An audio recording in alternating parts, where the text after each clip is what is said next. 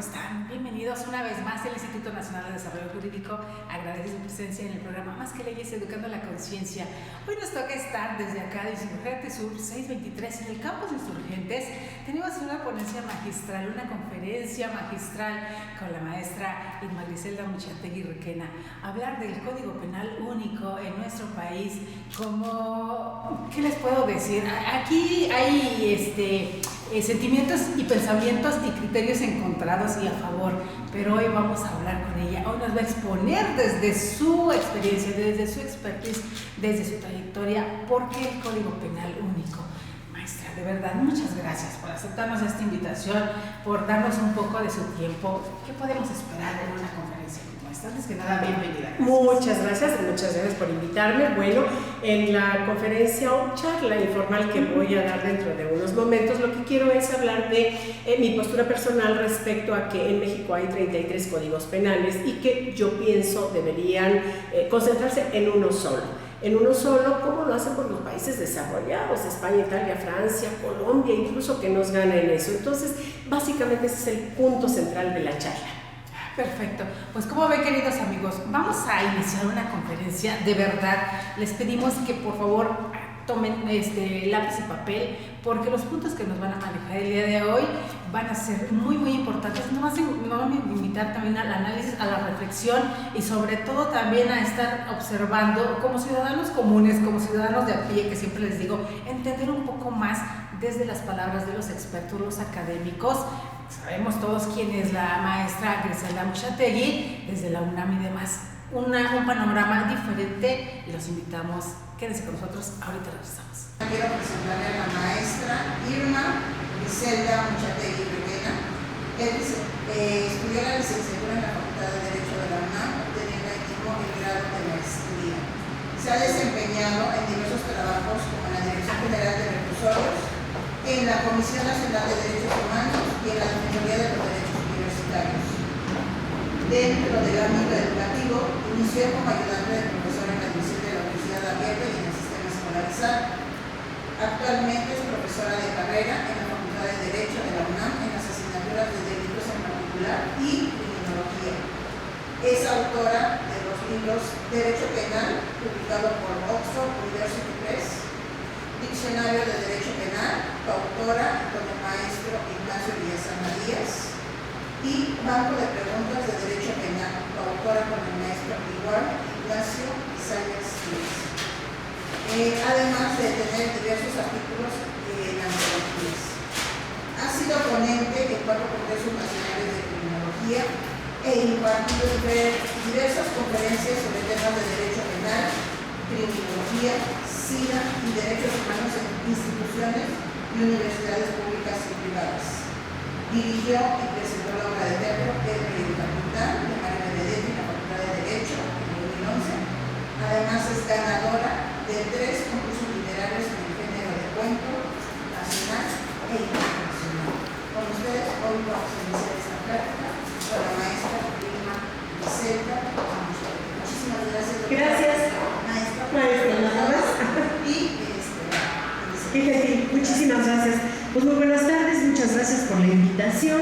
Estoy encantada de estar aquí por segunda ocasión. La primera fue programa de radio, esta va a ser conferencia, una charla informal sobre un tema que a mí me llama mucho la atención y que espero que les atraiga para quienes han estudiado o estamos estudiando derecho y aún para quienes no, pero necesitamos saber algo del derecho penal en nuestro México querido. Creo que el tema puede ser interesante. Entonces, cuando Debbie me hizo favor de invitarme y me dijo que propusiera algún tema, se me ocurrió del que he hablado en algunas universidades públicas y privadas de la República Mexicana, porque quiero difundir lo que yo pienso. Lo que yo pienso es en torno a este tema que se llama Código Penal único, o bien podríamos llamarlo, como está aquí entre paréntesis, unificación penal. El tema trata lo siguiente: ¿será necesario tener un solo código penal para toda la República Mexicana o uno solo? Y entonces comienzo con este epígrafe, que es un pensamiento de Aristóteles que a mí me parece que resume muy bien la postura que yo adopto, que dice: cuando más corrupción hay en un pueblo es cuando hay más leyes. Y nosotros estamos viviendo esto.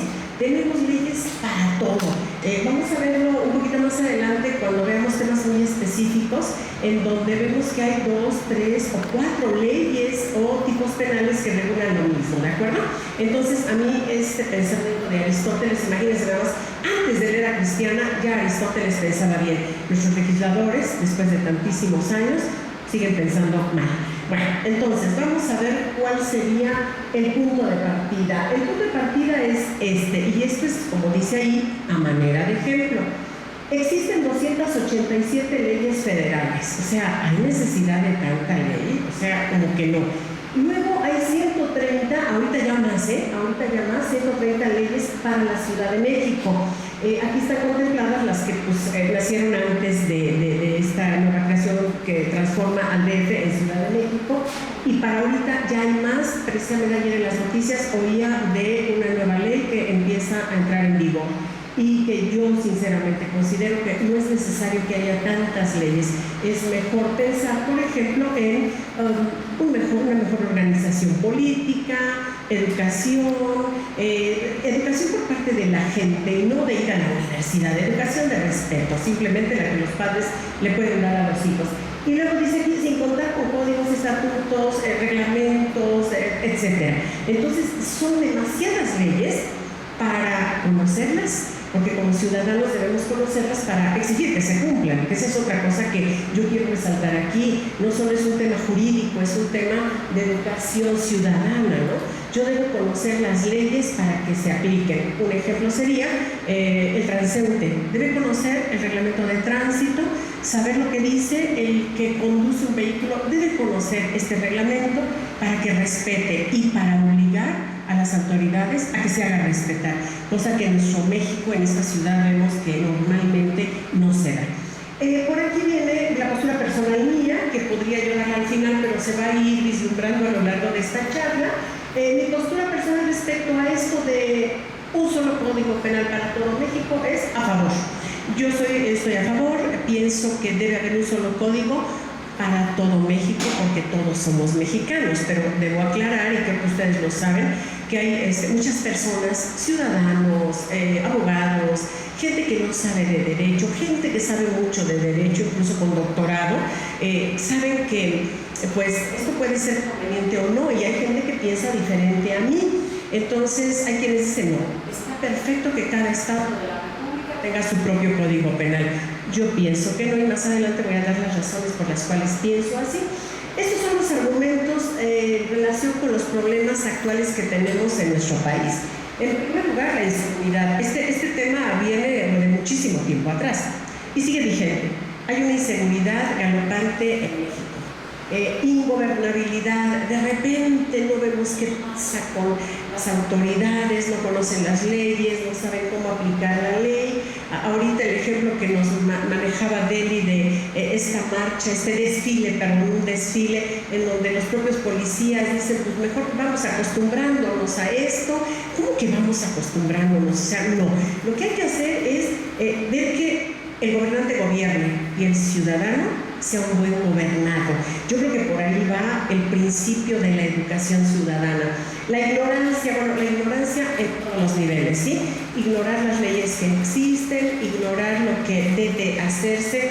Siempre que estamos hablando de un tema jurídico, estamos mucho con el tema del deber ser, ¿no? Lo que debe ser, lo que debo hacer, lo que los otros deben hacer, y normalmente lo manejamos mal.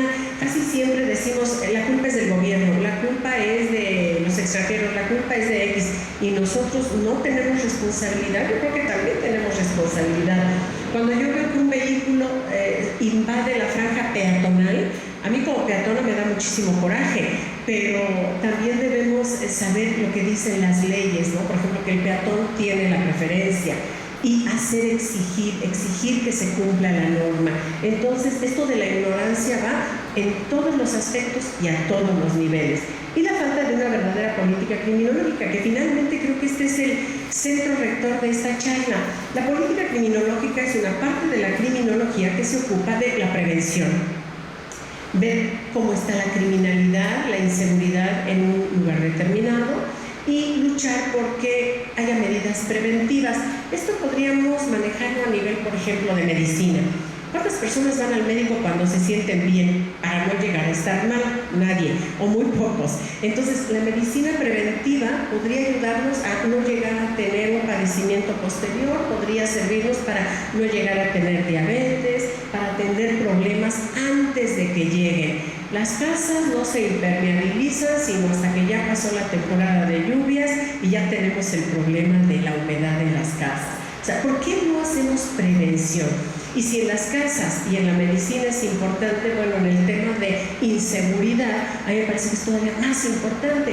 ¿Por qué no prever lo que puede pasar? México es una población que sigue aumentando constantemente de una manera incontrolable. Ahorita parece ser que como que ha habido un pequeño freno en el aumento en la población, pero no porque la gente se abstenga de tener más hijos, sino porque la mortalidad está elevándose. Entonces aquí tenemos un problema bastante delicado y creo que la política criminológica sería la única que nos podría salvar de llegar a una mayor criminalidad. Pero para que se aplique la política criminológica, número uno, tiene que saberse qué es, tiene que impartirse en las facultades y escuelas de derecho, y esto parte de la criminología. Aquí yo podría agregar que, por ejemplo, en la Facultad de Derecho de la UNAM no tenemos la carrera de criminólogo, es una materia optativa, el que quiere la cursa, el que no, no. Y entonces cuando salen los estudiantes ya titulados de la carrera de Derecho, pues salen con una visión, yo digo, cuadrada, de que todo lo jurídico penal es jurídico y la criminología no es jurídica, es más preventiva. Hay que analizar qué es lo que pasa para disminuir la criminalidad. Hace unos meses estuvimos en el Congreso Nacional de Criminología, el 19º, que se llevó a cabo en San Luis Potosí. Hubo aportaciones muy interesantes y yo aprendí algo muy importante, que en muchas universidades y escuelas de Derecho de la República Mexicana, públicas y privadas, existe la carrera de licenciatura en criminología, y aquí en México, en nuestra Universidad Nacional Autónoma de México, no. Esta fue una lección para mí muy fuerte, muy intensa, de reconocer que no tenemos esa carrera, pero en cambio en otras universidades públicas y privadas sí. Entonces, ¿estamos al día? No. Si la UNAM no tiene la carrera, pues entonces aquellos pocos alumnos que cursan la materia optativa salen con conocimientos criminológicos y de política criminológica realmente muy reducidos. Segundo problema. En México existen 33 códigos penales. Esos 33 códigos penales sustantivos, aclaramos que lo sustantivo es el nombre que recibe el Código Penal, que trata sobre los delitos, las penas y las medidas de seguridad. Los códigos adjetivos son los procedimentales, los de procedimientos, que ahora tenemos el Código Nacional de Procedimientos Penales, que por fin en materia adjetiva o procesal sí ya se concentró en un solo código. Ahora faltaría este. Yo pienso que debió ser al revés, que primero debió concentrarse todo esto en un solo código penal que en 33. Este va a ser también un tema sustantivo. Aparte de los 33 códigos penales que hay por cada entidad federativa, o sea, cada estado de la República, más la Ciudad de México, más el Código Penal Federal, pues da una suma de 33 códigos penales. Yo por eso en clase siempre hablo de 33 verdades jurídico-penales. Quizás es exagerado lo que digo, porque no es que haya 33 verdades jurídicas distintas, casi todas coexisten con lo que establece el Código Penal Federal, casi todos parten de ahí, salvo el Código Penal del Estado de México, que luego tiene innovaciones verdaderamente importantes y que prevé cosas que no prevé ni el Código Federal, son como de avanzada. Bueno, y aparte, claro, está el Código de Justicia Militar, pero ese es otro fuero. Está el fuero común, el fuero federal y el fuero militar. Entonces existe un Código de Justicia Militar que no tiene nada que ver con los 33 códigos penales sustantivos. Ahora, consecuencias de todo este problema. El problema que yo veo de que haya 33 códigos penales es, uno, la duplicidad de figuras típicas. Figura típica le llamamos al tipo penal, por ejemplo, que el artículo 123 del Código Penal de la Ciudad de México establezca que es homicidio, privar de la vida a otro, ¿sí? Entonces, se duplican las figuras. Yo he visto, por ejemplo, el secuestro duplicado y triplicado inclusive.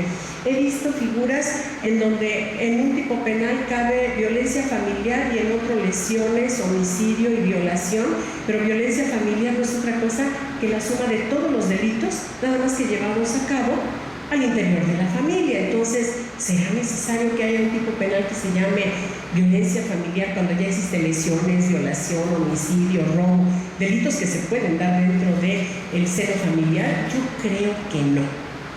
La otra, penalidades distintas. A mí esto me preocupa mucho y más adelante lo voy a ilustrar con un delito que a mí me preocupa mucho, que es infanticidio. Lo adelanto de una vez.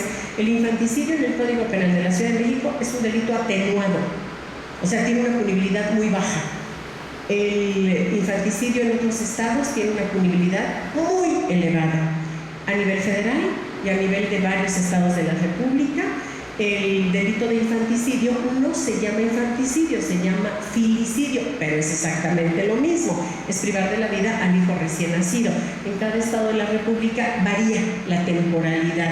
Y si nosotros lo analizamos, vamos a ver que esta figura puede encuadrar perfectamente en el homicidio en razón del parentesco o relación, porque no es otra cosa que el ascendiente prive de la vida al descendiente recién nacido.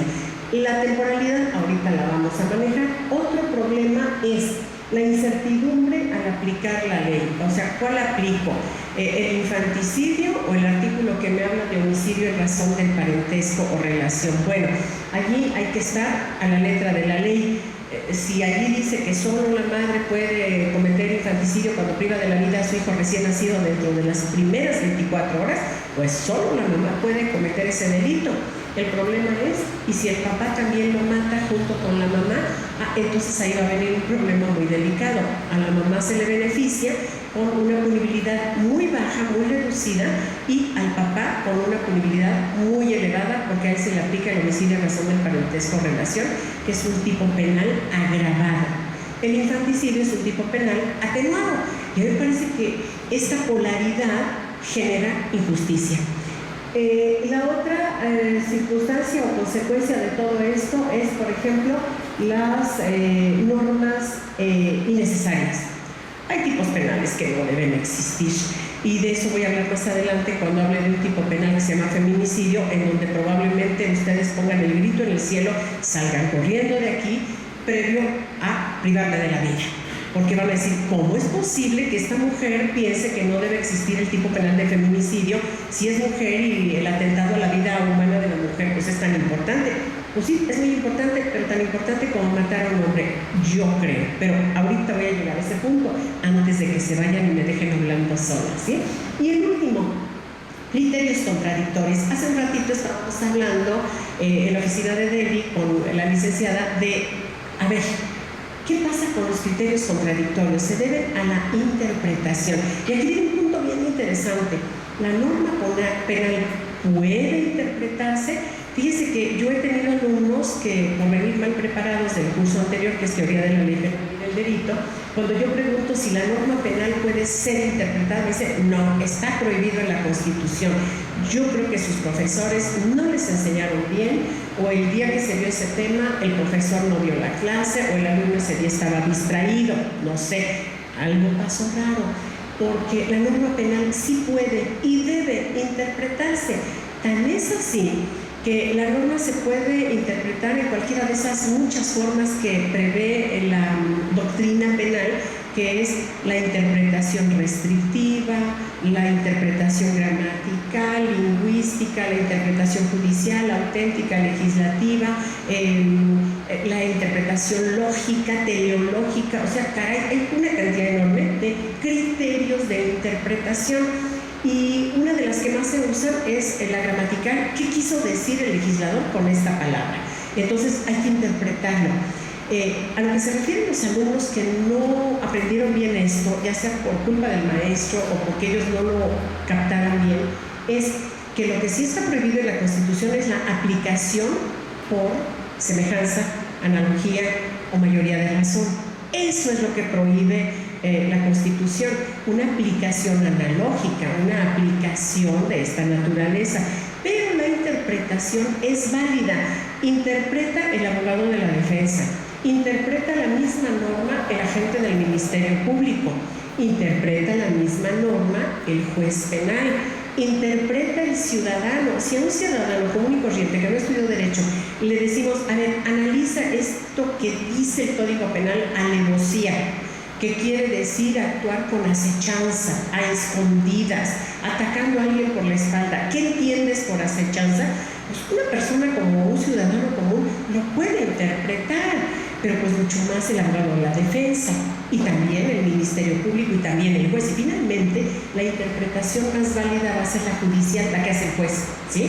Entonces, ahí puede haber problema, pero cuando hay tantos códigos penales, 33, pues el criterio puede ser totalmente contradictorio. Bien, yo como solución, que podría ser el final de la charla, pero es la mitad, por ejemplo, tengo las siguientes propuestas.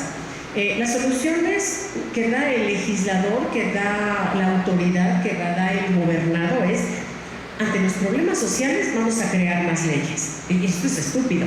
Es estúpido porque no porque haya un problema social se va a resolver automáticamente al crear más leyes. Ejemplo, ha aumentado el secuestro, hay que crear una ley antisecuestro. ¿Y la ley por sí sola resolvió el problema? No, ahora hay más secuestros que antes.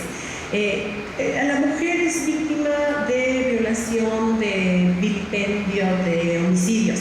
Pues vamos a crear la ley de acceso para las mujeres a una vida libre de violencia. Se creó, ¿resolvió el problema? No. Y hay una ley local para la Ciudad de México y hay una ley federal, que yo ahí digo, pues no habemos mujeres federales y locales. Sí puedo entender que pueda participar un servidor público federal en funciones y entonces el asunto se convierte en federal, eso sí, pero crear una ley especial para tutelar la libertad de la mujer, su seguridad, etcétera, creo que es innecesario, porque ya en el Código Penal están los delitos de violación, de lesiones, de secuestro, de amenazas, de homicidio y de homicidio agravado.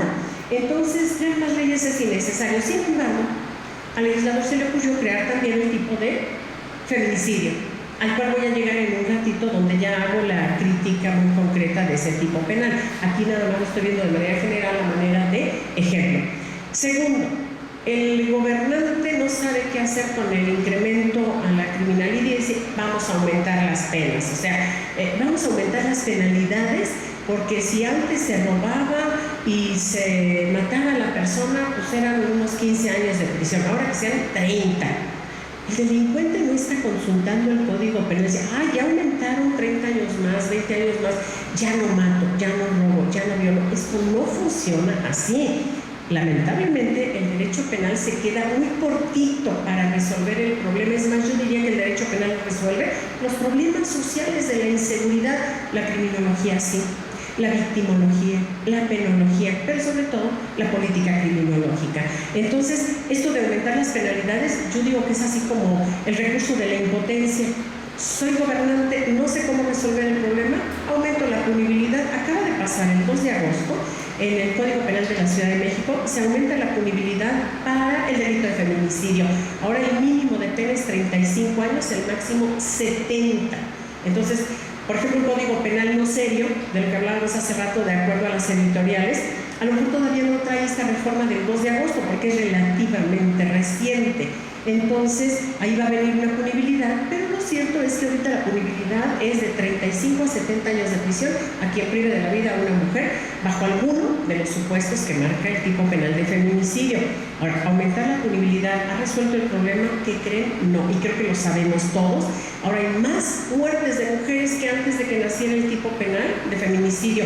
Entonces estamos dándonos cuenta de que ha sido una medida legislativa ineficaz. Bueno, ahora, ¿qué es lo que debería de hacerse? Bueno, pues primero tener una organización adecuada de bienestar social. Cuando la gente está a gusto, está contenta, está regida por gobernantes que les dan lo que necesitan, cuando hay un bienestar general social, la gente no delinque tanto, la violencia disminuye. La educación es un factor fundamental. No sé si esto sea muy elemental, pero yo siempre he pensado que cuando en un hogar papá y mamá educan a los niños y les dicen: tú, fulanito, Juanito, tienes que respetar a tu hermana María porque es mujer, porque es más débil, porque es más chica que tú, la razón que sea, y tú tienes que respetar a tu hermano porque es tu hermano, porque es un hombrecito, porque tienes que respetar su integridad, su libertad, etc. Yo creo que esa educación va a ser básica para que nos vaya haciendo a los adolescentes, adultos mayores, conscientes de lo que tenemos que hacer. Si esa educación en casa falla, va a fallar a nivel social. Eso es, pero absoluto. El niño que respeta a su hermana y a su hermano, cuando sale a la calle, en la primaria, secundaria, preparatoria, universidad, y si no llega a la universidad, tampoco importa, pero si va por la calle y ve que una chica es molestada por un hombre, puede intervenir, puede ayudar, sabe que eso no debe ser. Esa educación de casa nos enseña los primeros valores y podrá sonar anticuado, pero sigue existiendo esto, y a mí me parece que es el punto de partida para una organización familiar y social de mejores resultados. La prevención, lo que había yo dicho desde el principio, si hacemos prevención de la criminalidad, vamos a tener mejores resultados que si aumentamos las penalidades en el Código Penal y aumentamos la cantidad de delitos en los códigos penales. La otra, conocer las causas del crimen y atacarlas. Este sería el punto central de la criminología, cuya meta es llegar a conocer las causas del crimen. Aquí hay dos cosas. La criminología tiene como propósito fundamental conocer causas y factores. Aquí me detengo tantito. La causa de un delito puede ser que una persona en un bar, en una cantina, discuta con alguien, lo provoque, le diga que es poco hombre, que no es macho, que es poca cosa, y la persona que está recibiendo los insultos lo está oyendo, está tolerando, pero de repente el otro se mete con la mamá del sujeto que está siendo ofendido, y en México no podemos tolerar que toquen a nuestra madre, que hablen de ella, y el momento que le habla de la madre y le dice algo bastante feo como ¿y tu mamá también? En ese momento el otro respinga, le da un golpe o se salen a pelear, y esa es la causa.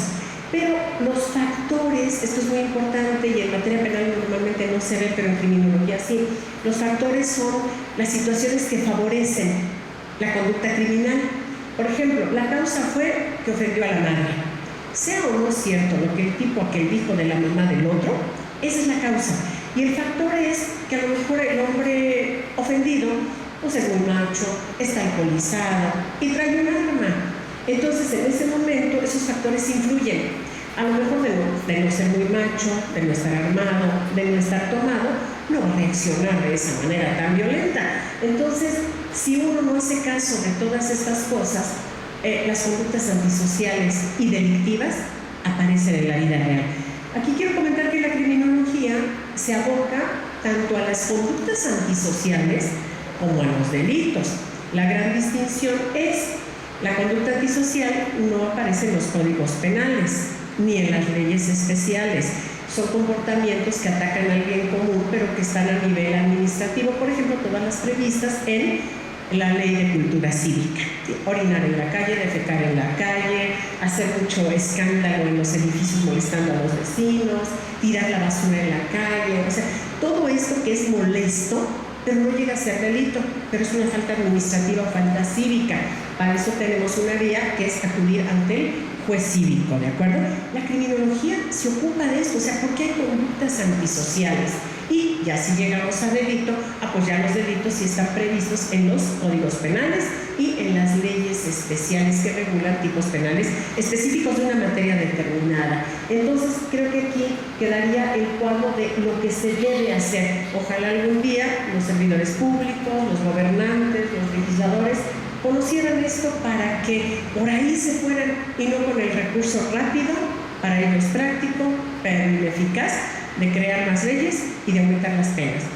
Lo siguiente sería, ya, básicamente ahora sí, los argumentos que yo tengo en contra de, no en contra, argumentos sobre la unificación. Creo que aquí yo me equivoqué, argumentos No, perdón, ya entendí, fíjense que me estoy equivocando. Argumentos contra la unificación. Esto es lo que dicen las personas que están en contra de la unificación de los códigos penales. Yo no entro aquí. Entonces, ¿qué argumentan las personas para decir no a la unificación penal? Es mejor tener un código penal por cada estado de la República. Dicen, uno, respetar la soberanía de los estados. No, bueno, sí, claro, la soberanía y la libertad de los estados hace que ellos legislen en materia civil y penal, pero entonces tendría que haber una reforma en la Constitución. Y yo aquí digo, bueno, ha tenido tantas reformas nuestra Constitución que una más, ya una manchita más al tigre, ya no afectaría tanto, porque además sería una verdadera reforma tendiente a resolver un problema muy delicado, el de la inseguridad. En cambio, ha habido reformas que no son realmente trascendentes.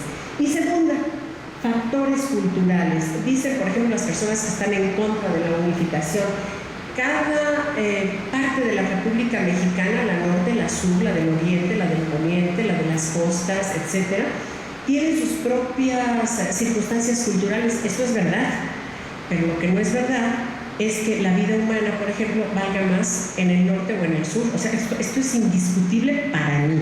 Pero quienes están a favor de la no unificación, sino de que siga esta dispersión en que cada estado tenga su propio código penal, dicen, no, hay que respetar los factores culturales. Pero claro que se respetan. Yo respeto profundamente los factores culturales de, por ejemplo, Oaxaca, del Istmo, de la costa de Guerrero, pero eso no quiere decir que un delito tenga una punibilidad mayor o menor por respetar esto cultural. No tiene nada, absolutamente nada que ver. La orografía, a mí que me importa si en una zona hay montaña o no hay montaña. O sea, los delitos son delitos, independientemente que por Querétaro pase la Sierra Gorda. ¿Y qué? Entonces esto como que no tiene que ver, como que no han entendido de qué se trata esto de crear un solo código penal para toda la República. Y por último, este tema es recurrente, yo lo he oído de muchas personas muy preparadas, pero también lo ataco.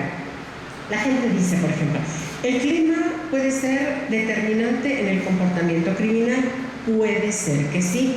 Donde hace más calor, por ejemplo, Veracruz, Acapulco, las costas, etcétera, Tabasco, que es un lugar muy caluroso, se dice, la gente se altera más pronto.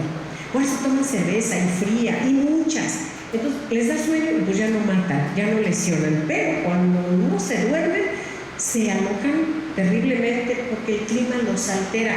Parte de esto es cierto. Cuando el clima es muy cálido, la gente se altera más fácil, pero no porque haga más calor o haga más frío en alguna zona de la República se va a justificar que haya no violaciones. O sea, no, el clima no tiene que ver con eso. Entonces, esto me remite a un tema muy interesante que en criminología vemos, que es el de las leyes térmicas de Quetelet.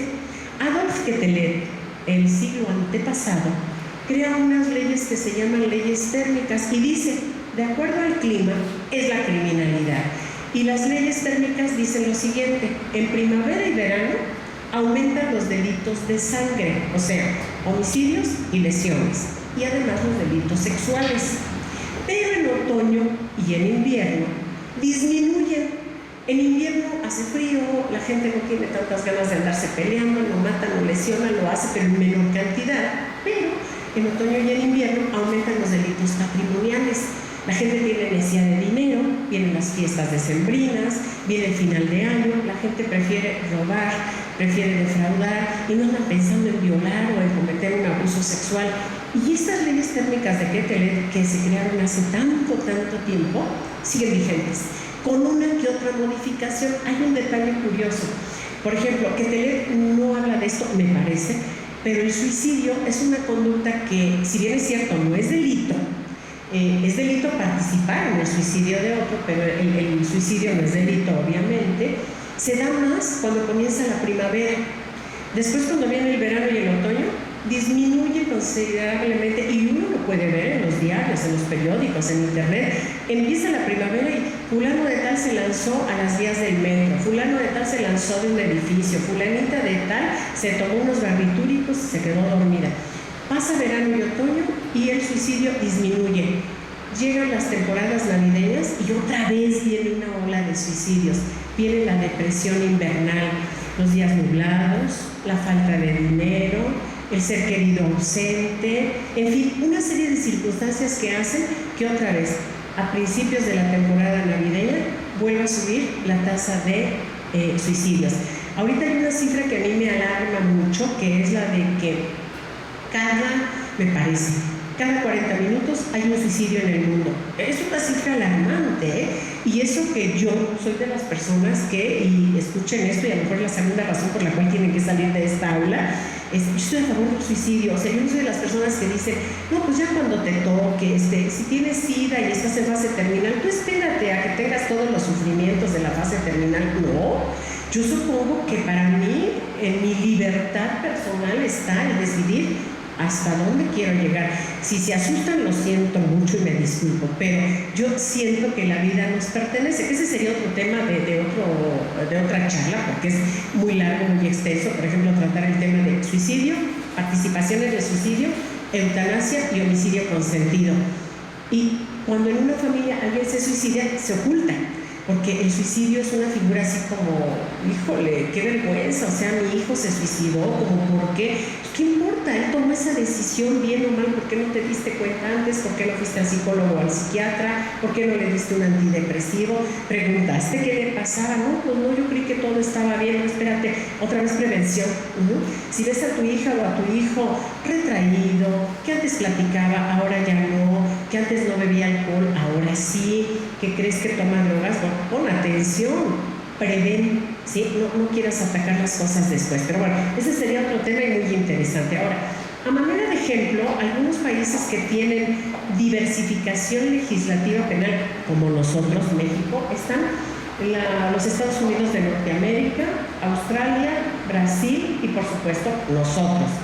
Pero, por ejemplo, países que sí tienen un solo código penal para todo el país son España, Italia, Francia, Colombia, la mayoría. Y entonces yo siento que por allí estos países son como de avanzada, como que, por ejemplo, en España hay un solo código penal. Pues es que no va a haber un código penal para Sevilla, otro para Bilbao, otro para Madrid. O sea, sería impresionante que hubiera un código penal por cada región, o por cada estado, por cada localidad. Entonces, por ejemplo, en Barcelona no hay un código penal, lo que parece que ellos sí pretenden con la independización tener todo aparte. Yo siento que los países que tienen un solo código penal para todo el país les ha funcionado bien, porque por ejemplo en Italia hay un solo código penal, todos son italianos. No va a haber uno para Venecia, hay uno para Florencia, otro para Siena. No, en Francia hay un solo código penal, todos son franceses, ¿sí?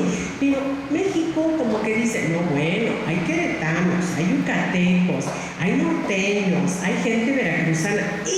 O sea, el homicidio no será lo mismo en Veracruz y en el norte. Sí, entonces yo creo que aquí lo que falta es ver cuál es el bien jurídico tutelado, la vida humana. La vida humana vale más en el norte que en el sur, o en el Bajío, o en la zona de la montaña, y yo pienso que no. Yo pienso que el bien jurídico tutelado, vida, libertad sexual, patrimonio, honor, el que ustedes quieran, tiene la misma valía en la entidad que sea. Por lo tanto, yo pensaría en un solo código penal y se prestaría a menos injusticias. Y luego pasamos al otro tema, que son los inconvenientes de la diversificación penal. Esto es lo que yo sostengo. ¿Qué inconvenientes tenemos cuando hay tantísimos códigos penales? Uno, hay delitos que en un estado son atenuados y en otro agravados. Esto no puede ser. O sea, volvemos a un ejemplo que es el que yo manejo más porque es como muy notorio, muy evidente. El delito de infanticidio en la Ciudad de México es atenuado.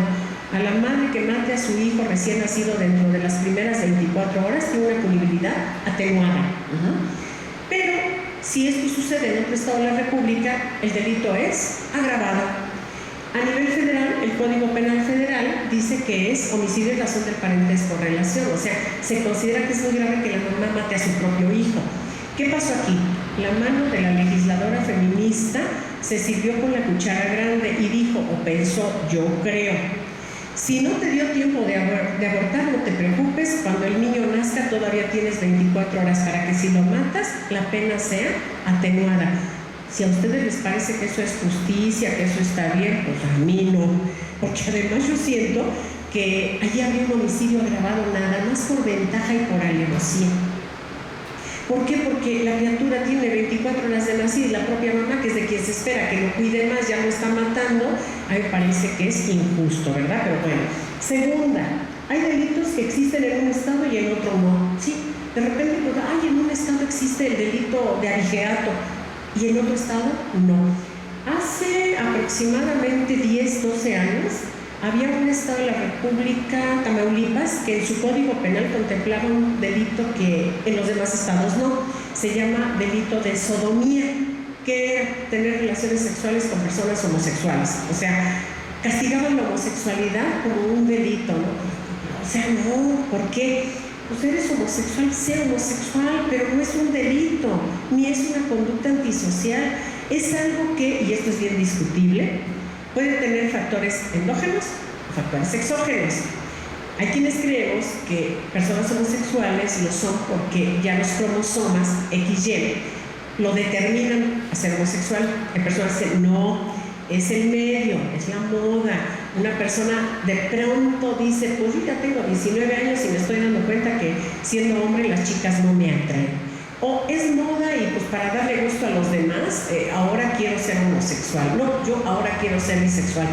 Hay muchas cosas discutibles. Este sería otro tema, pero que yo creo que debería de ser tratado por un médico, por un sexólogo, por un biólogo, por un endocrinólogo y también por un abogado, porque donde quiera tenemos que estar presentes para ver cómo la ley recoge el pensamiento de la ciencia para poder manejar esto. Yo me imagino que en Tamaulipas, cuando existió el delito de sodomía, no hubo quien a los legisladores locales les dijera, oye, espérate, ¿cómo vas a castigar la homosexualidad?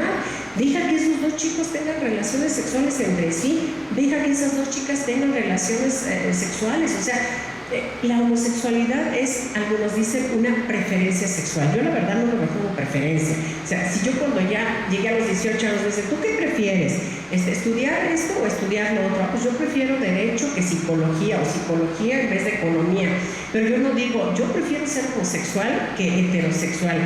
Preferencia sexual significa preferir, elegir. Y pues yo siento que no es algo de elección, aunque hay casos en que sí.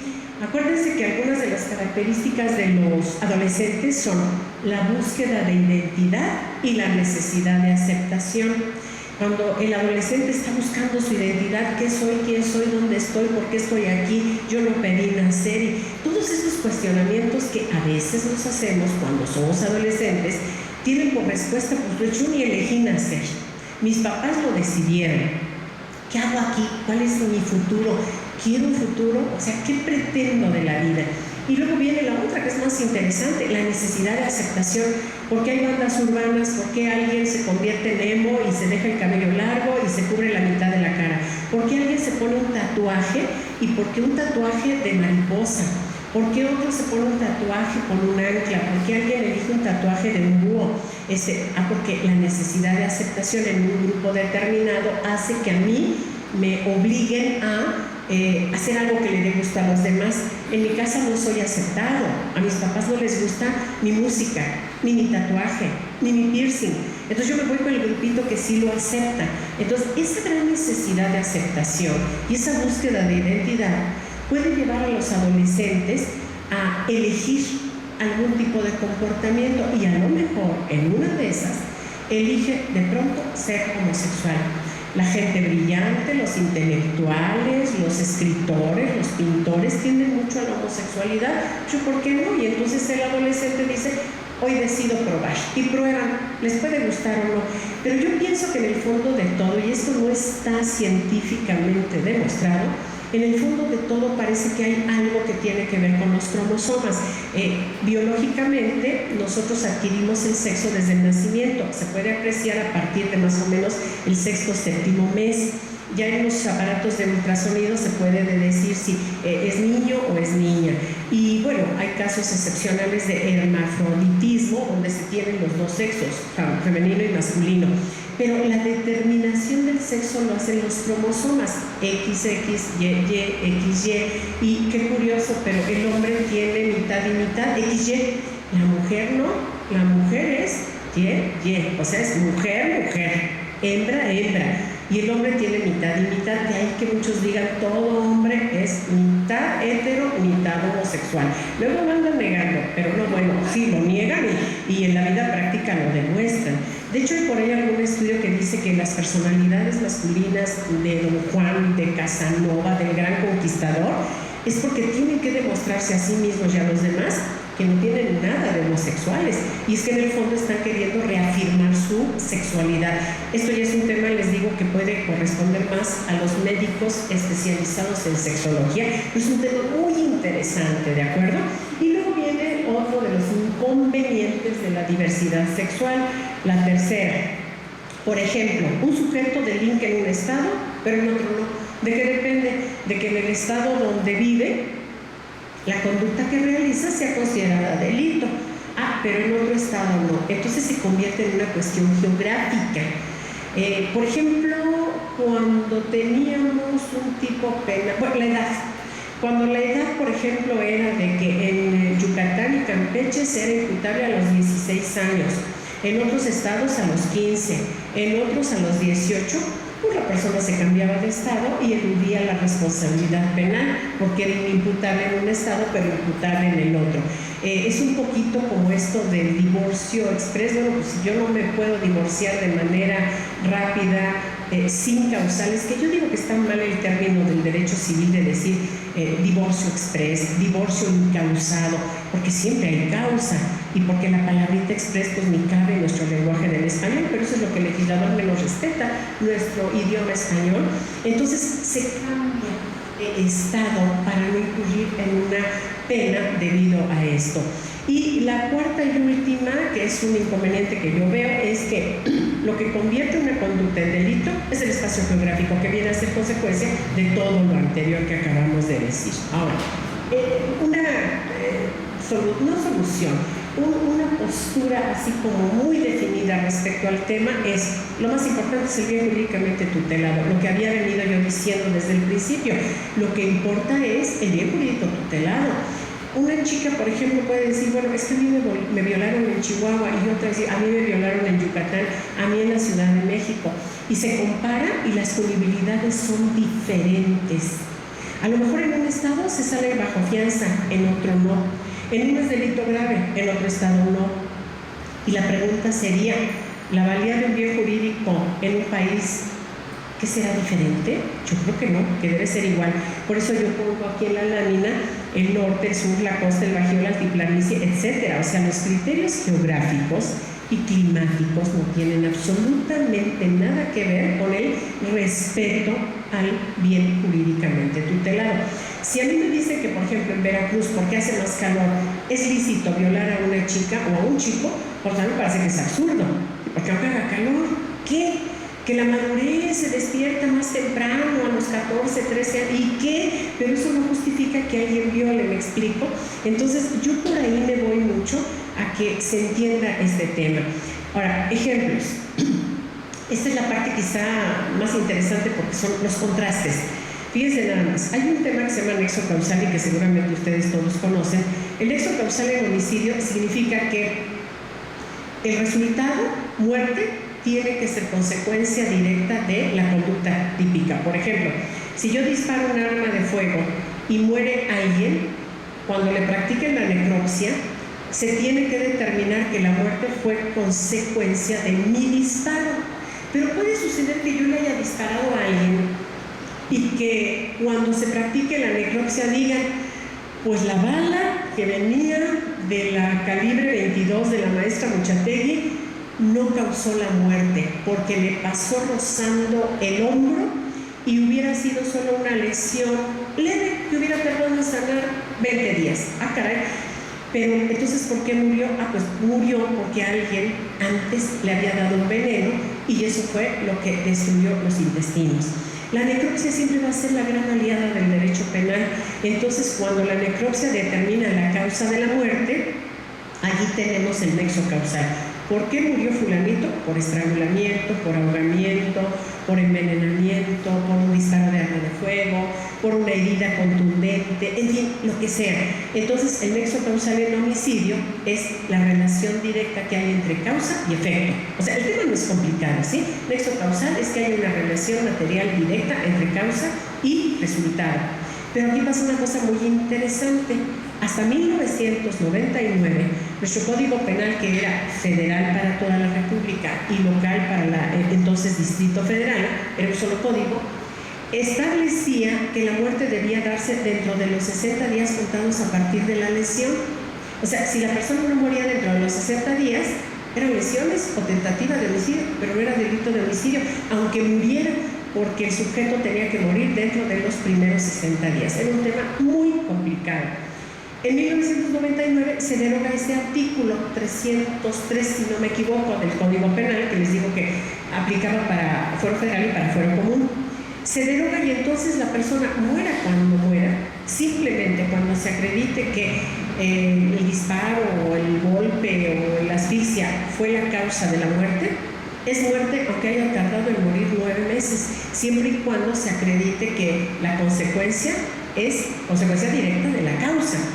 Pero cuando se deroga, resulta que algunos estados de la República Mexicana no modifican su Código Penal. Entonces, actualmente hay códigos estatales que dicen que para que haya nexo causal y consecuentemente homicidio, la muerte debe darse dentro de los primeros 60 días. Hay otro código que dice 90 días, hay otro código que dice que 120 días. Y ahí estamos en un problema muy delicado, porque la persona se tiene que morir dentro de esa temporalidad, porque si muere un día después, ya no es homicidio. A mí me parece de lo más absurdo que pueda pasar en esta vida. De hecho, por ejemplo, esto es hipotético.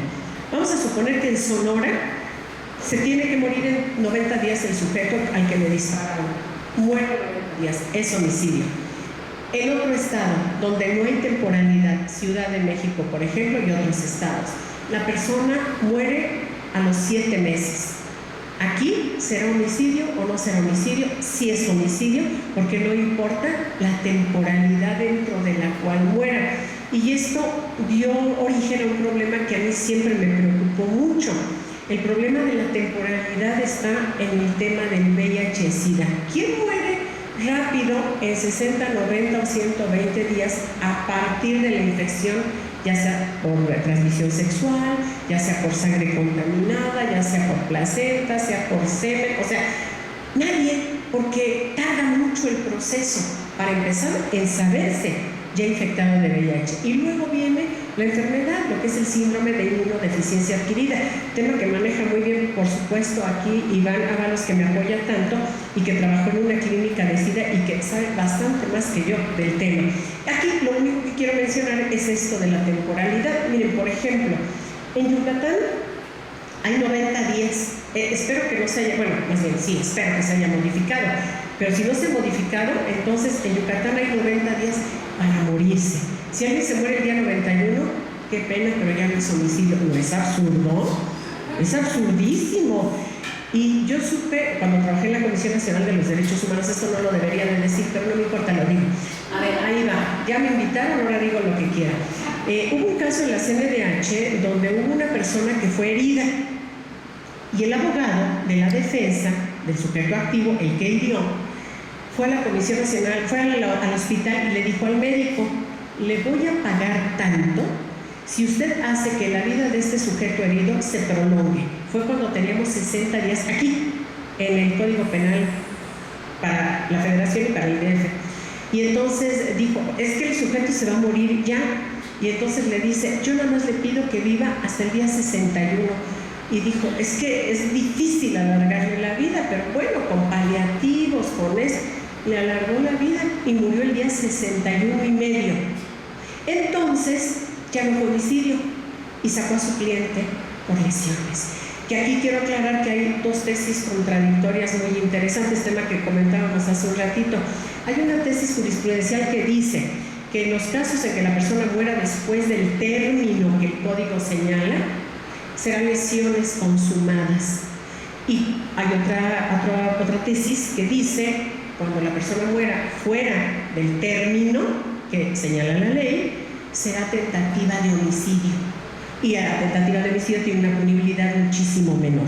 Entonces, ese acto de corrupción de aquel abogado funcionó perfectamente con ese médico corrupto que le prolongó la vida 1 día y medio más de la temporalidad 60 días.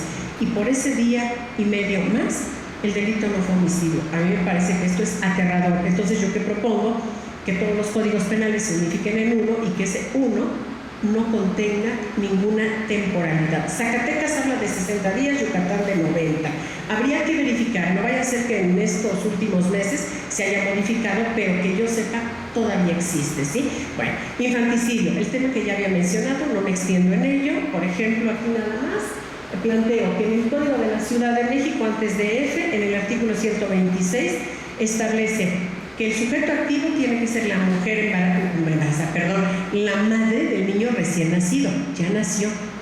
Y el sujeto pasivo, el niño recién nacido dentro de las primeras 24 horas. ¿Qué pasa aquí?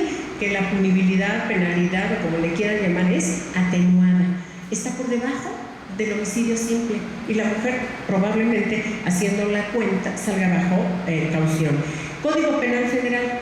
El mismo tipo penal, infanticidio, no es infanticidio, se llama homicidio en razón del parentesco o relación, que es esa sigla que ven allí, homicidio en razón del parentesco o relación.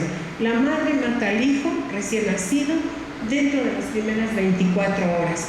No es infanticidio, no es atenuado, se llama homicidio en razón del parentesco o relación y el delito es agravado. Los sujetos siguen siendo los mismos. Pero aquí, el homicidio en razón del parentesco puede ser cualquier ascendiente consanguíneo en línea recta y la criatura recién nacida, no solo dentro de las primeras 24 horas, sino tiempo después, siempre y cuando siga siendo hijo de papá y mamá. Si el padre, la madre o los abuelos lo matan, la figura es agravada y me parece que eso es correcto. Aborto.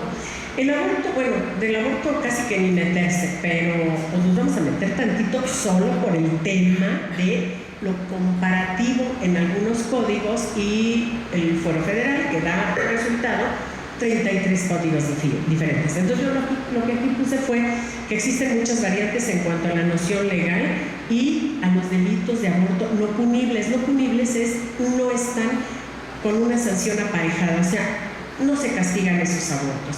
Se habla mucho de la despenalización del aborto. Bueno, ya desde hace mucho tiempo está despenalizado con varias figuras como es el aborto por violación, el culposo, el terapéutico, etc. Pero sigue siendo delito el aborto. ¿Qué pasa con el Código Penal Federal? Hace referencia a la preñez. Dice, aborto es la muerte del producto de la concepción en cualquier momento de la preñez. Y a mí me parece que esto de preñez no es un término afortunado, es bastante incorrecto. La preñez en realidad es el estado de las hembras animales que están preñadas y las mujeres pues no nos preñamos, nos embarazamos, ¿no? O sea, como que suena fuerte y aunque la Real Academia de la Lengua Española admite ya que se hable de mujer preñada, ahí sigue sonando muy feo. Sí, parece que estamos hablando no de un ginecobstetra, sino de un médico veterinario. Así estamos hablando de una vaca o de una perra o algo así, y no de una mujer. Y en el lenguaje coloquial creo que ninguno de nosotros hemos oído que diga alguien, mi esposa está preñada. ¡Ay, qué cosa más horrible! Suena espantoso. Pero si el hombre dice, estamos embarazados o mi esposa está embarazada. O sea, realmente esto de la preñez debería de desaparecer del Código Penal Federal. Otros estados y la Ciudad de México hablan de gestación, de embarazo. Y cualquier otro vocablo que sea semejante, pero preñez, por Dios, no. Ahora, el Código Penal para la Ciudad de México, antes de F, lo considera delito a partir de la 12ª semana de embarazo. Ahora, ¿qué pasa en las primeras 12 semanas?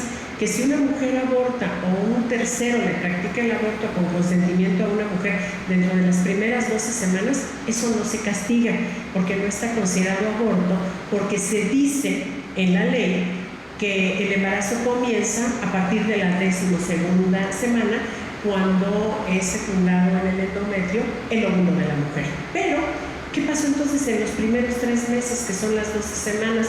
Pues según el Código de la Ciudad de México no pasó nada, no hay vida, no hay embarazo, no hay nada. Lo curioso es que los ultrasonidos dicen otra cosa. O sea, yo tengo otros datos. El ultrasonido dice, hay latidos cardíacos, da la frecuencia, hay manifestaciones vitales, Y lo más interesante, dentro de los primeros 3 meses, el sistema nervioso central ya registra dolor. Y si registra dolor, aguas, porque nada de que no hay vida, no hay nada, sí hay. Pero es una manera en que las legisladoras de la Ciudad de México disfrazaron esto y pues mucha gente se ha tragado este asunto diciendo, no, en los primeros 3 meses no hay nada. Si no hubiera nada, entonces ¿cómo es posible que el Código Penal de la Ciudad de México en uno de sus artículos diga, bueno, pero si un tercero le ocasiona el aborto a la mujer sin su consentimiento, entonces se castigará desde el primer momento, o sea, desde la concepción? Y entonces ahí es donde se desmorona el argumento feminista de no hay nada durante las primeras 12 semanas, ¿sí? A mí me brinca mucho eso, ¿sí? O que lo redacten bien, o que se retracten de lo que hicieron, o que reconozcan la verdad médica. Pero bueno, y luego aquí al final les anoto esto, en algunos códigos existe, en algunos códigos de la República Mexicana, incluyendo el Código Federal, existe el llamado aborto honoris causa, y puse entre paréntesis anacronismo, porque a mí me parece que es una figura que es totalmente anacrónica, no puede existir, esto ya el tiempo pasó para poder decir que existe el aborto honoris causa. ¿Cuál es ese? Es el aborto en el cual la mujer es soltera. Al ser soltera, no estar casada civilmente, se supone que el embarazo es ilegítimo. Así que alguien que habla ahorita de un embarazo ilegítimo a estas alturas de la vida, como que es absurdo, ¿no? Una mujer soltera se puede embarazar y no pasa nada, o sea, no es deshonroso, no hay una razón que justifique matarlo. Sin embargo, el Fuero Federal y varios estados de la República dicen, bueno, cuando la mujer quiere abortar, la punibilidad va a ser atenuada porque hay un deshonor en la mujer embarazada. Y me parece que eso es verdaderamente estúpido, anacrónico, ilógico, y que debería derogarse este artículo, ¿de acuerdo? Otro tema en el que hay mucha discrepancia en cuanto a esta diversificación penal es el tema de violencia familiar. Aquí yo anoté, lo manejan de manera diferente los distintos códigos penales. Sí, todo lo que estoy diciendo en esta charla es manejado de manera diferente en todos los estados de la República. Pero aquí mi conclusión es totalmente innecesario, porque todos los delitos previstos dentro de violencia familiar ya están previstos en todos los delitos existentes en los códigos penales. O sea, simplemente con que se den dentro del seno familiar por un integrante de la familia en contra de otro, se da el delito de violencia familiar. Ejemplo, lesiones. Cuando el marido golpea a la mujer es delito de lesiones. Pero además violencia familiar. Si el marido mata a la mujer, es un problema muy delicado. Sería homicidio en razón del parentesco o relación. Pero ¿qué pasa si además hubo violencia familiar? Entonces, este es un problema muy delicado en donde tendríamos que dilucidar qué pasa ahí. ¿Habrá violencia familiar cuando la esposa amenaza al marido? Pues sí, hay violencia familiar, pero además hay delito de amenazas. Entonces creo que se creó el tipo penal de violencia familiar innecesariamente.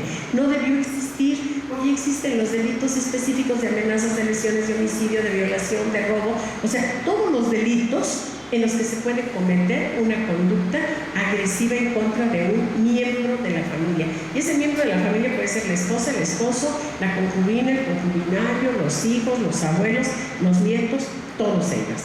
Pero otra figura igualmente controvertida es esta del homicidio consentido. El mismo Código Penal para la Ciudad de México contempla 2 artículos donde contempla la misma conducta, y pues no son iguales. Entonces, acá, si en el mismo Código Penal hay 2 figuras iguales no, que se llaman igual, pero que son diferentes, pues entonces tenemos más problemas. Por ejemplo, el artículo 142, segunda parte, dice que cuando una persona, aquí dice, si el agente prestara el auxilio, o sea, si una persona auxilia a otra para morir porque le pidió matar, lo que se llama homicidio consentido, la punibilidad es considerablemente baja, ¿sí? Se castiga con 4 a 10 años de prisión. En cambio, si fuera un homicidio simple, serían de 8 a 20 años de prisión, entonces la pena es atenuada. Pero el artículo 127 habla de la misma figura que se llama homicidio consentido, pero pone 9 requisitos. Dice, Al que prive de la vida a otro por la petición expresa, libre, reiterada, seria e inequívoca de este, siempre que medien razones humanitarias, y la víctima padeciera alguna enfermedad incurable y se encuentra en fase terminal, se le impondrá prisión de 2 a 5 años. Este sujeto sale bajo fianza tranquilamente, pero tienen que darse todos estos requisitos, que son 9. Pero si la persona auxilia a la persona matándola, nada más porque le dijo, quiero que me mates porque tengo cáncer, el sujeto activo le puede decir, ¿ya llegaste a la fase terminal? No, entonces no te puedo matar hasta que llegues a la fase terminal para que se aplique el 127, cuya pena es más atenuada. Y la persona le dice, es que yo ya tengo cáncer y no quiero llegar a la fase terminal, inyéctame algo y mátame ahorita. Lo mata, sí es atenuado, pero la pena es un poquito más elevada que la del 127. Aquí el abogado de la defensa puede jugar, por decirlo de una manera coloquial incorrecta, puede jugar con esto y decir, bueno, deja que te lo pida varias veces, que sea reiterada la petición, que sea seria, que sea inequívoca, espérate que llegues a la fase terminal para demostrar que hay razones humanitarias, y entonces ya lo matas y tu punibilidad va a ser de 2 a 5 años. Entonces, a mí me preocupa que el mismo Código Penal maneje 2 situaciones diferentes en relación con el mismo delito. Aquí la gente se confunde mucho normalmente. El homicidio consentido es matar a alguien con el consentimiento de ese alguien, pero no es lo mismo que la eutanasia. La eutanasia es que un médico, una personal del cuerpo de salud, mate a la persona por piedad, o por petición y por piedad. Entonces ese ya sería otro tema diferente, ¿de acuerdo? Emoción violenta. La emoción violenta es una circunstancia atenuante en los delitos de homicidio y de lesiones. Es complicadísimo acreditarlo, pero existe. La discrepancia es, en el Código Penal Federal ya se derogó la atenuante de emoción violenta en junio del año 2012. En el Código Penal para la Ciudad de México y en otros códigos estatales aún existe. Para unos es una atenuante por inculpabilidad, para otros por imputabilidad. Aquí yo les voy a dejar de tarea académica para reforzar lo que estamos diciendo, que vean una película que se llama Infidelidad. Además, les va a gustar la película, van a ver que sí, pero piensen por favor qué pasa al final de la película, porque es un tema muy interesante. Es una película con Richard Gere y con Diane Lane, se llama Infidelidad, y la mujer está casada con un hombre que es Richard Gere, tiene un hijo, pero un día por un accidente callejero se tropieza con un joven muy atractivo, desaliñado, francés, medio sucio, pero agradable, y pues se atraen mutuamente. Y la historia comienza a versar sobre la infidelidad de esta esposa, que comienza a tener reiteradas relaciones sexuales con este muchacho joven. Cuando el esposo, que es Richard Gere, se entera, pues sucede algo bien interesante que no les voy a decir, pero que ustedes van a descubrir cuando vean la película. Yo les sugeriría que la vieran ya este fin de semana. Se llama Infidelidad. Richard Gere, Diane Lane, la compran, la bajan de internet, la consiguen prestada, pero la tienen que ver, porque me gustaría que ustedes llegaran a la conclusión de si hay o no emoción violenta cuando Richard Gere hace lo que hace en contra del amante de la esposa.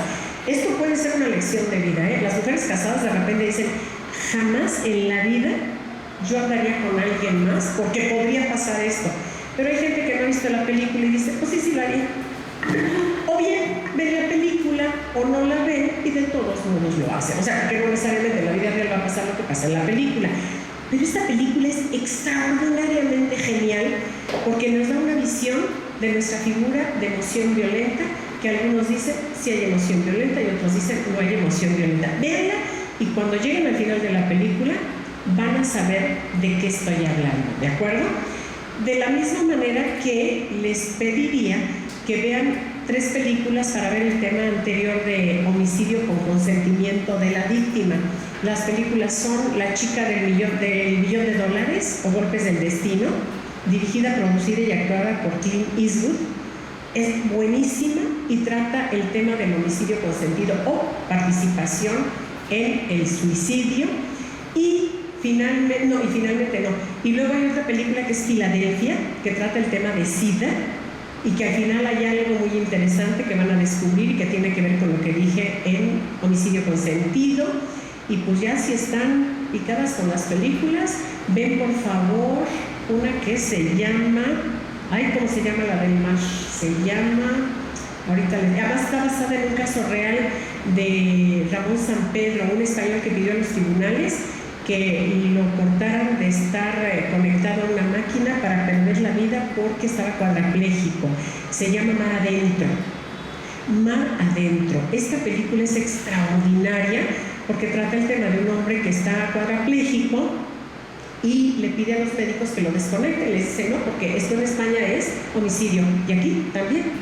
Entonces les dice, es que yo ni siquiera me puedo matar y ya no quiero vivir más años, no me puedo mover. Entonces sus amigos le hacen un preparado entre todos. Uno compra el refresco de limón, el otro compra no me acuerdo si es cianuro o alguna de estas sustancias, el otro compra el vasito, el otro se lo pone cerca, el otro se lo acerca más, el otro le pone el popote y ya lo único que tiene que hacer Ramón San Pedro es aspirar, jalar el líquido y muere. Y el problema jurídico es interesantísimo y ahí quiero que ustedes descubran solitos si es homicidio consentido o es participación en el suicidio de otro, ¿de acuerdo? Con esas tres películas tienen para divertirse y analizar el tema, pero infidelidad no la pueden dejar de ver. Por último, para terminar, está el ejemplo del feminicidio que yo les decía. Para mi gusto es innecesario que exista el feminicidio porque ya existe el tipo penal de homicidio y además todo feminicidio no es otra cosa que un homicidio agravado. ¿Sí? Porque las circunstancias que manejan los códigos penales hacen que este homicidio sea agravado. Entonces se duplica feminicidio más homicidio agravado. Pero además, aquí hay un punto que es muy importante. Se considera que el bien jurídico tutelado de la vida de la mujer es más valioso que el del hombre, entonces se pierde la igualdad ante la ley de que habla el artículo 4 constitucional. El artículo 4 constitucional dice, el varón y la mujer ante la ley son iguales. Pero con este tipo penal, pues no, porque entonces parece que la vida de la mujer es más valiosa. A manera de colofón, que ya es el final de esto, les puse esto, que es mi pensamiento final. Es conveniente y da más certeza jurídica la unificación penal en un solo código que la diversificación en 33 códigos penales, que es una locura. Y finalmente, remato con dos pensamientos de dos grandes hombres que dicen algo muy interesante, que es esto. Por ejemplo, las leyes inútiles debilitan a las necesarias. Sí es cierto, cuando hay muchas leyes, las inútiles debilitan a las necesarias. Es más, si pierden, aunque no sabemos si existen. ¿Quién dijo esto? Montesquieu. Y la otra que me gusta muchísimo más todavía es más fácil hacer leyes que gobernar. Pregúntenles a los legisladores, es facilísimo hacer leyes, además las hacen mal. ¿Sirven? Muchas no, como estos ejemplos que hemos visto, y esto lo dice un gran literato que fue León Tolstoy. Entonces, con esto concluyo, les agradezco su atención, no quise convencerlos de nada, solamente que reflexionaran sobre esto que es mi muy personal postura en torno al tema de unificación penal de todos los códigos en uno solo para todo México, porque todos somos mexicanos. Muchísimas gracias. Bueno, vamos a entregarle a la maestra y su constancia por la participación, por haber estado con nosotros en esta organización. Pues muchísimas gracias. Pues queridos amigos, ¿qué les pareció? De verdad, nos quedamos con el ojo cuadrado. Como nos decía la maestra al inicio, su postura personal, pero al final de cuentas la postura de muchos de nosotros. Entendemos muchas cuestiones, muchas cosas, nos deja para el análisis y también nos deja muchas recomendaciones. Abogados o no abogados, vamos a aprender mucho más con lo que nos comparte hoy. Los países con diversificación penal, me sonó mucho eso, maestra. México, ¿por qué sí o por qué no? Esa diversificación penal que tenemos en nuestro país, que tendríamos que luchar contra ella para hacer algo, conjuntar en un código penal único. ¿En qué nos ayudaría? A ver, pues yo pienso que nos ayudaría mucho para no tener interpretaciones tan distorsionadas, tan polarizadas de un mismo aspecto. Por ejemplo, ahorita que comentábamos sobre el infanticidio, que es un delito atenuado en la Ciudad de México y es agravado en el Fuero Federal o en otros estados, ¿por qué pasa eso si el bien jurídico es la vida de una criatura que acaba de nacer? Entonces como que no entendemos el por qué. Ahora, si ya se pudo hacer en materia procesal penal, ¿por qué no hacerlo en materia sustantiva? Y que haya un solo código como pasa en otros países. Entonces yo pienso que sí es posible, se necesita voluntad, se necesita quitarnos esas telarañas de que el clima, de que la orografía, de que la soberanía se va a respetar. Claro, se modificaría la Constitución para que hubiera un solo código penal para toda la República, pero ya pasó con el Código Nacional de Procedimientos Penales. Yo creo que bien podría pasar con el Código Penal, donde sean los mismos delitos y las mismas penas para cada entidad federativa. Vimos asistentes a esta conferencia que estaban incluso un poco escandalizados, puedo decirlo, porque vimos algunos que no eran abogados y que no sabían de lo que se estaba tratando. Cuando nos refiere que una madre puede, así lo entendimos, puede matar a su hijo en las 24 horas y es un delito atenuado que si lo hiciera otra persona. ¿En qué se basa? ¿Qué criterio se aplica ahí? Exacto. La verdad no hay un criterio uniforme establecido, pero cuando uno lee la exposición de motivos, se percibe, porque cada artículo tiene su propia exposición de motivos, y lo que percibimos es que las legisladoras feministas, pero de extrema, pues dan a entender, súper radicales, extra radicales, como que piensan que si la mujer pues no abortó, bueno, pues todavía le quedan 24 horas a partir del nacimiento de la criatura para deshacerse de esa criatura, y por eso se le da una penalidad menor. Lo curioso aquí es que si, por ejemplo, papá y mamá matan a la misma criatura que es su hijo dentro del mismo término de 24 horas, a la mujer, a la mamá se le pone una pena atenuada y al papá agravada, porque es homicidio en razón de parentesco o relación. Entonces yo no lo entiendo. Y no me parece justo tampoco, ni es equitativo, y me parece que hay que velar por el bien jurídico de la vida de la criatura. Ya nació, déjala, pero si lo mata la mujer es atenuado, y si lo mata el papá es agravado.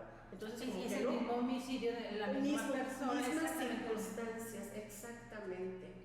La misma situación vimos o nos informa que se contrapone en el cuarto constitucional hablando de feminicidios y hablando de hombres. O sea, para entenderlo, los ciudadanos de a pie, como ciudadanos mexicanos, a la hora de votar no nos dicen si eres hombre o mujer, es ciudadano y nada más. Pero entonces, ¿por qué las leyes son diferentes para los hombres y para las mujeres? ¿Hasta dónde ha influido todo este radicalismo feminista que viene haciéndose global, ¿no? Exacto. Se ha hecho global, pero en México como que hemos sido todavía más parciales de que los derechos los debe tener por encima la mujer que el hombre. No debe ser, debe haber igualdad. Es más, la mujer ha luchado por la igualdad y ahora ya quedó más arriba, ya no le gustó la igualdad, ya llegó a la igualdad, pero ahora quiere estar más arriba y lo está logrando con estos tipos penales como el feminicidio, que insisto, no es otra cosa que un homicidio agravado. Pero igualmente puede a un hombre violársele, aventar el cadáver por allá en lugar despoblado y, bueno, pero la pena va a ser menor porque es hombre. Y si es mujer la víctima, entonces mayor. Y entonces ahí hay un desequilibrio que yo hablaba en la charla sobre el artículo 4 precisamente constitucional, que dice, ante la ley, varón y mujer son iguales. Pero con tipos penales como este, pues estamos viendo que la realidad nos demuestra otra cosa muy diferente. También otro tema muy controversial, y le agradecemos muchísimo porque a veces no todo el mundo quiere poner su nombre en entredicho expresando su opinión real sobre lo que sucede en nuestro país. Hablando de eutanasia, en la ciudad tenemos esta ley de voluntad anticipada en la Ciudad de México, pero también volvemos a lo mismo, se contrapone contra lo que sucede en el interior de nuestro país. Las entidades federativas aplican normativas y criterios muy diferentes. Con un código penal también ayudaría a solucionar o a franquear estos problemas tan grandes. Yo pienso que sí. La ley de voluntad anticipada se maneja más desde el punto de vista civil, pero tiene que ver con lo penal. Así es. Que significa manifestar nuestra voluntad de que si en un momento dado de la vida quedamos en estado vegetativo, no queremos que nos alarguen la vida, y eso uno lo puede decir antes de. Pero tiene que ver mucho efectivamente con el tema penal del homicidio consentido. O sea, si yo le pido a alguien que me mate porque estoy en fase terminal de una enfermedad incurable, bueno, ahí viene el dilema filosófico, jurídico, moral, ético de tengo derecho a disponer de mi vida, y entonces el problema es muy delicado. Y es muy delicado y cada quien le va a dar una solución diferente. Entonces yo pienso que si el Código Penal unificara sus criterios para tener un solo código para toda la República, ya no habría esta discrepancia de opiniones. Entonces hacia allá va mi postura, ¿sí? Definir que lo más importante es el bien jurídico que se tutela con los delitos. La libertad, bueno, pues en todos los estados el mismo rango. La vida humana, en todos los estados el mismo rango. La libertad sexual, en todos los estados el mismo rango. Esto ayudaría con este nuevo tema que también en nuestro país está tan de moda, pudiera decirse, sobre los derechos humanos, la CNDH. Él también ayudaría a que la CNDH fije criterios más adecuados, más directos que estas recomendaciones que se dan, que a mí nadie hace caso, hablando de la parte del sistema judicial, ayudaría un poco tener un código penal único también que se unifiquen criterios y que todo el mundo pues vayamos en el mismo carril. A mí me suena que sí, es muy lógico porque derechos humanos tiene que ver por el respeto a estas garantías del ciudadano en muchos terrenos y ámbitos. Entonces, es esta discrepancia de 33 situaciones distintas respecto de un mismo tema. Para los derechos humanos también, porque los derechos humanos se pueden diversificar de esa manera tan grande. Ya de por sí bastante tenemos con ahora hablar los derechos de los periodistas, los derechos de las mujeres, los derechos de los niños. Híjole, todos somos ciudadanos finalmente, pero bueno, puedo entender que a lo mejor algunos sectores, por considerarse más vulnerables que otros, merecen mayor protección, pero estamos llegando a extremos. Y ya pues cuando ya llegamos a los extremos, porque ya el justo medio se está perdiendo. Entonces, creo que aquí también le ayudaría mucho a todos los organismos protectores de derechos humanos, garantías individuales, esto de la unificación penal en un solo código. En un solo código. Pues esperemos también que a quien les toca legislar, a quien les toca hacer leyes, a quien les toca vayan un poco más allá, porque de repente, por un lado, hablando de feminicidios, tenemos a la mujer acá, hablando del infanticidio en las primeras 24 horas por parte de la madre, pareciera que entonces eso no vale igual, y sí nos quedó pensando, nos deja mucho para reflexión y análisis, no solamente en la parte del Código Penal, sino también en la parte del ser humano, de la evolución que necesitamos como país, hasta dónde esa parte que a muchos les suena romántica o que incluso lo puede parecer como dogma, pero sí necesitamos recapitular que estamos totalmente, con que nos haga reflexionar este tipo de charlas, de conferencias, de poner, yo creo que es importante, porque a veces damos por entendido algo, pero ya no reflexionamos más y creemos que así como está bien, y creo que por parte de los legisladores hay mucho que hacer para que hagan buenas leyes, y menos porque son demasiadas. Así es, nos quedamos con unas frases maravillosas que nos comparte al final, y también nos ayuda, maestra, porque tenemos la fortuna que nos miran en otros países. Entonces, hablando de derecho comparado, también a otro les sirve para saber en qué terreno está parado México y si nos toma como ejemplo en muchas cuestiones, que nosotros también traemos de otros países muchas cosas. Muy cierto. Pues charlas como esas ayudan al análisis profundo. De verdad, muchas gracias por acompañarnos el día de hoy. Muchas gracias por permitirnos y este programa va a dar para muchísimo. De verdad, esas cátedras gratuitas público en general, para los que tuvimos la fortuna de estar aquí con ustedes. Muchas gracias. Muchas gracias a ustedes por haberme invitado. Pues queridos amigos, de verdad, muchas gracias a nombre del Instituto Nacional de Desarrollo Jurídico, a nombre de nuestro rector, el doctor Anatolio González Emilio, y de todos los que hacemos el programa Más que Leyes Educando la Conciencia, desde el campus de Insurgentes, en Insurgentes Sur 623, aquí bien cerquita del World Trade Center. Visítenos, chequen la oferta educativa que tenemos para ustedes en www